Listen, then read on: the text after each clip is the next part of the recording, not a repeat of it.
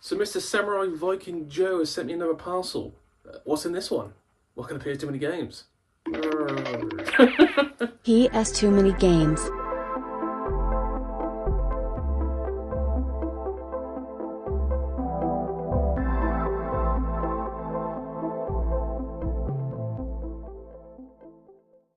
Hello guys, welcome to Appears Too Many Games. It's parcel time. Hello! This is quite the brick. Very well packed for Mr. Samurai Viking Joe. We have received games from him before. This time he sent these purely for free. I'll be honest, I got these free. I will hopefully be doing more dealings with the future, actually paying for the games this time, because he's looking to downsize his collection. He's going to go for it slowly. But these games he didn't really care much about, and he wanted to see if I needed them, so he sent this parcel to the channel. I appreciate that greatly. Thank you very much. I'm getting this a lot more lately where people are basically offering games where I can either buy or just give them to me. I appreciate you all. You don't have to do that.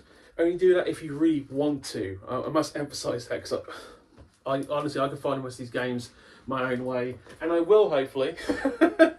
But I do appreciate you immensely, Mr. Joe. Anyway, how's the channel going? The channel's going shockingly well. We had a 3-episode week, a rare thing, but I wanted to get the updated games room out. And at the same time, I didn't want to starve any one of the episode on Thursday or Sunday, so we did 3 episodes that week. That was a little harder work than usual, but we will just basically be back to the 2-episode format, because it's just so much easier. Now I'm back at work. It makes things simpler. It appears that the surgery went 100% as planned. I've only got a mild scar from the ear downwards, so it went well.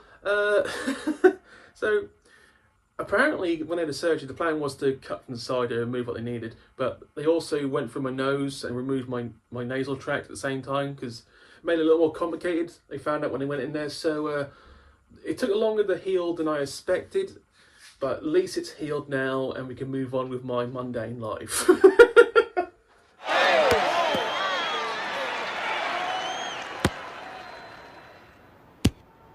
Boring! We're already into March, and or we may be into March, depends when this episode comes out. I'm not entirely sure, this could be late February, but I'm assuming this comes out in March. I don't have any gaming events happening this month, I could be wrong. Someone will say, well, London, but I don't do London. I don't know what the plan is this month. We're just going to wing the hell out of it.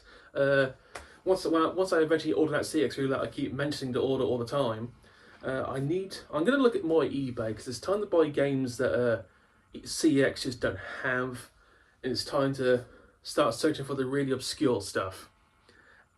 It's time to really start digging deep into Europe and find these games which I would never even think about buying in my younger days. I don't know if it came out beforehand, but this obviously is the episode. If you've watched it, this is the new system. 6 categories. We're aiming for the base set. That's the whole point of this channel. All the other 5 other categories are secondary, but I think steelbooks will be quite easy to do.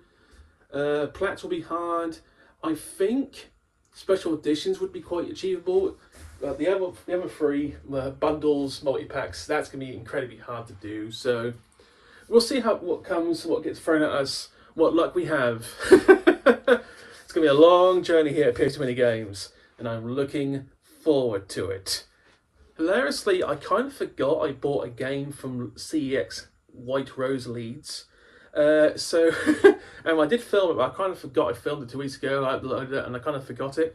But it's in the old setup. So what I'm going to do, I'm going to refilm that. Because I don't want to do an episode from 3 weeks ago in the old setup, because it just looks out of place now. That's my mistake. I waste a lot of time doing that, between the filming and the editing. What a pisser. Anyway, it's time to get into this amazingly well-packed parcel. I might need some scissors. Or no, only pussies use scissors. We're going to use our fucking hands. Famous last words. Oh, good lord. This was delivered by Every, by the way, so I was shocked it turned up.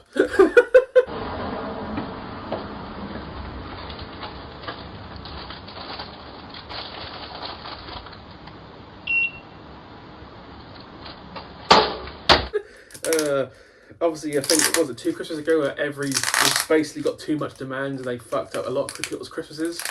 I dodged that, thank God. Oh, Jesus. Well, you really parcelled this very, very well. We're going to just cut out here.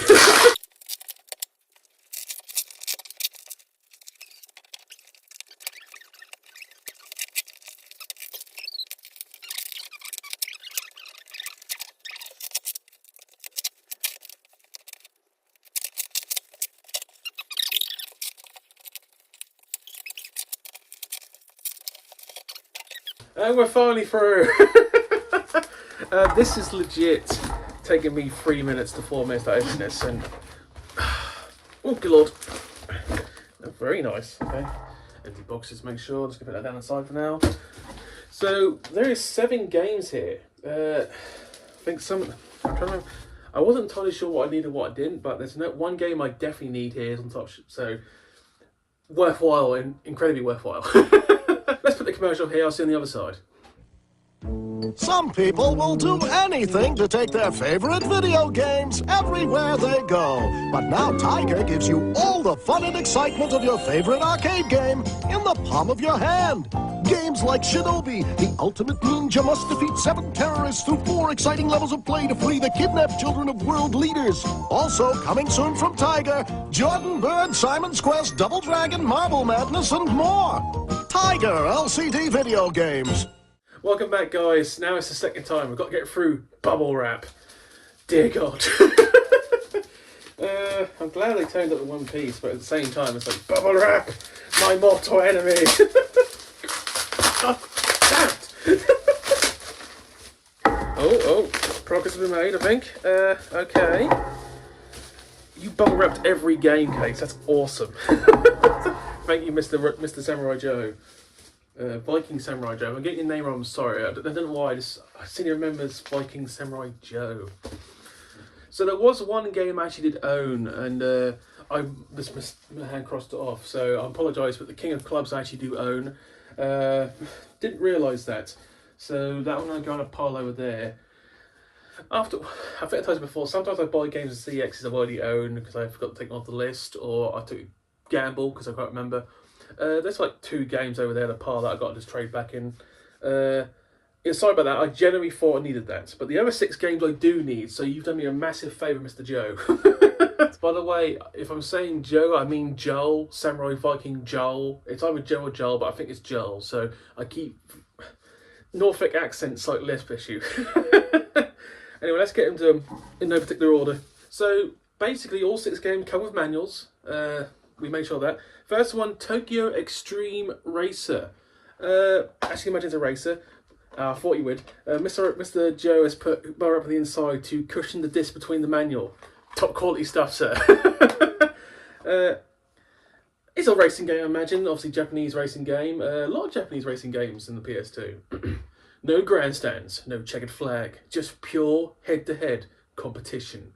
When you enter the world of street racing, it's not for the trophies. It's for the rush. Race through the highways of Tokyo at up to 200 miles an hour, challenging other drivers, each with their unique car and racing style. The goal? To win. As you gain victories, customise your car with over 200 parts, new paint jobs and team logos. You will need a finely tuned machine, as well as lightning reflexes and nerves of steel, if you want to become the emperor of the highway. Very well put. I will try this game. This game looks shockingly good.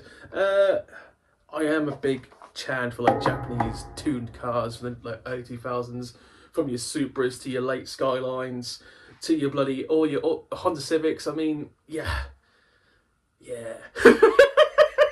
Now, considering what I said in the last episode about all the SingStar games I should look for, but I'm probably not going to, Samurai Joe started us off, or Samurai Joe started us off, SingStar Pop, the Spanish version. I'm saying it's the Spanish version because it's got a Spanish flag at the back.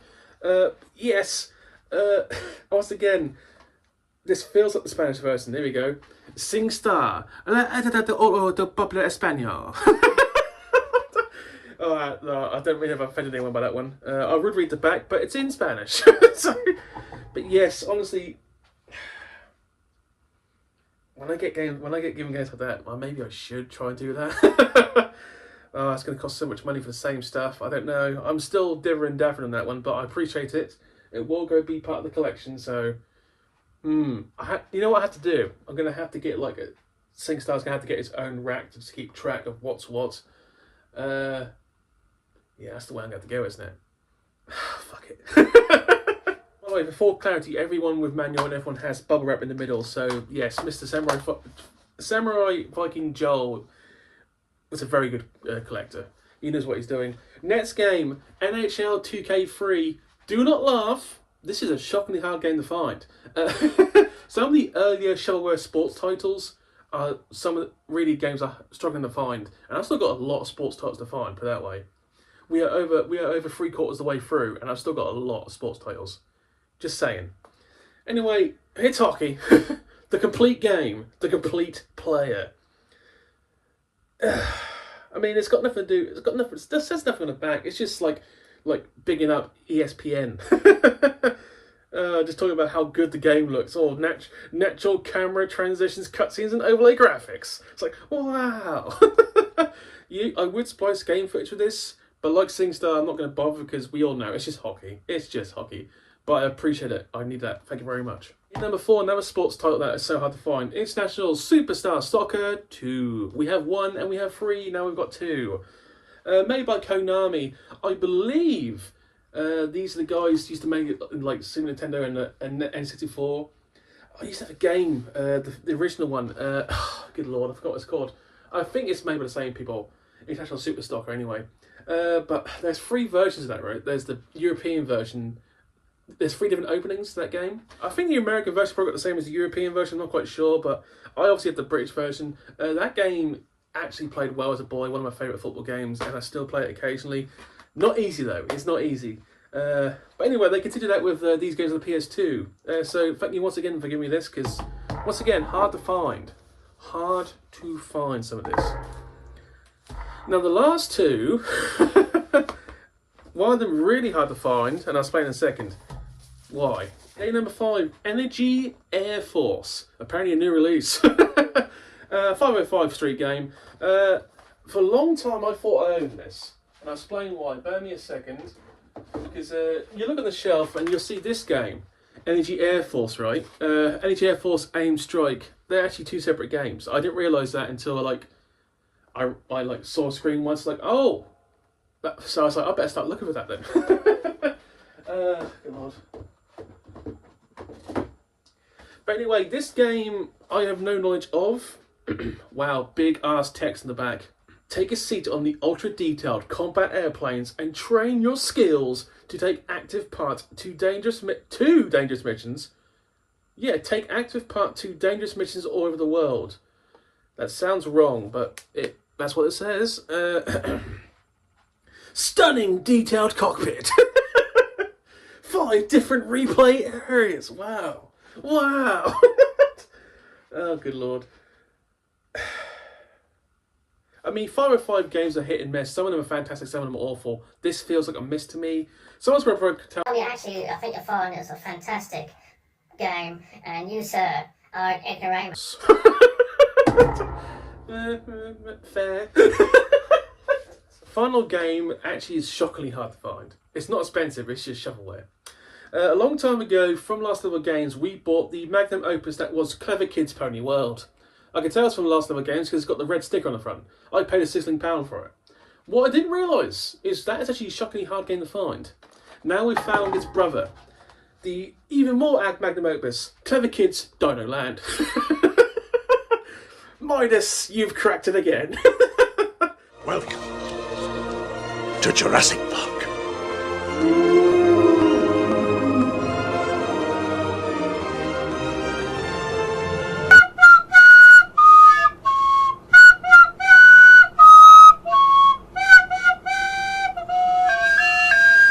Travel back in time to the exciting world of dinosaurs. Play the games. Play the games. What games? Learn the facts. Okay, that's okay. And become a dinosaur expert. Okay.